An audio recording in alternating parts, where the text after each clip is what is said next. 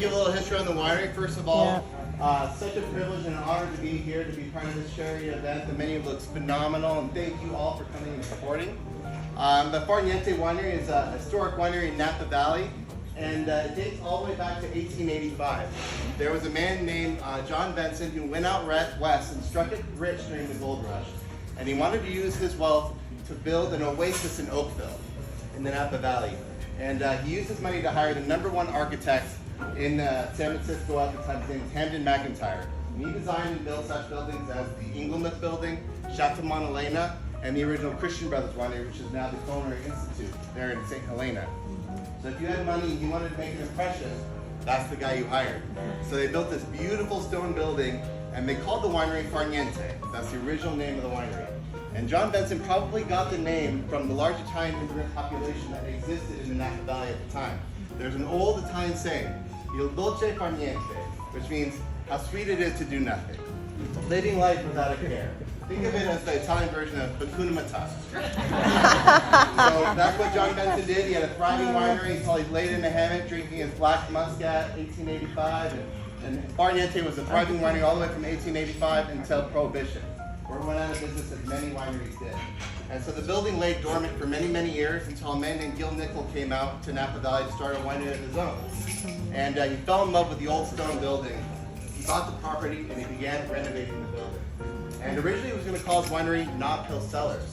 But when they peeled back the ivy of the old stone building, they saw Farniente etched into the wall. And he said it's like an old boat. You don't change the name. So they called the winery Farniente as an homage to the original winery. And that's 1979 was the first vintage of Chardonnay that they made. Tonight we're going to be having the 2019 Chardonnay. So that's our 40th vintage of Chardonnay. Wow. And when they started the winery, he was really inspired by the great chateaux of Bordeaux or the domains of Burgundy. He wanted to have one great white and one great red of high quality and consistent style. His favorite white wine in the world was Louis Latour Corton Charlemagne. And they actually went to Corton Charlemagne, took cuttings from the vineyard in Burgundy, and planted them in an area in Napa Valley called Coonsville. And that was kind of the beginning of our proprietary Farniente clones.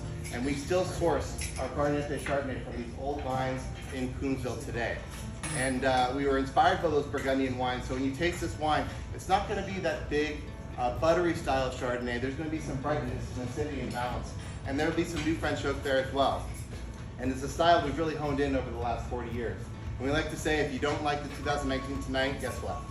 You're never going to like it. Because we're not going to change our style, just like we're never going to change our iconic bottle. That is the original bottle that you'll see passed around from 1979, and that's never changing. We're also going to have our en route Pinot Noir. This is a Pinot Noir that we started in 2007.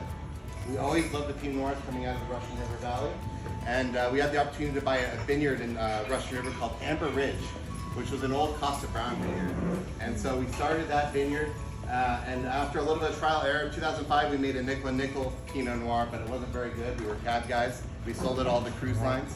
We did a little trial and error. We worked it out. 2007, we were able to launch en route Pinot Noir, and this classic Russian River Pinot. And then what's really going to be fun for our third course here is we're going to do nickel Cabernet next to Farniente Cabernet. A single vineyard Cabernet from our Solinger vineyard in Oakville that surrounds the winery. And then our Farniente Cabernet, which is more of a Bordeaux blend, still Cabernet based. So we'll get to do a side-by-side. You can taste what 100% Cabernet is like versus more of a Bordeaux blend. And I'll be walking around plenty and answering any question you may have.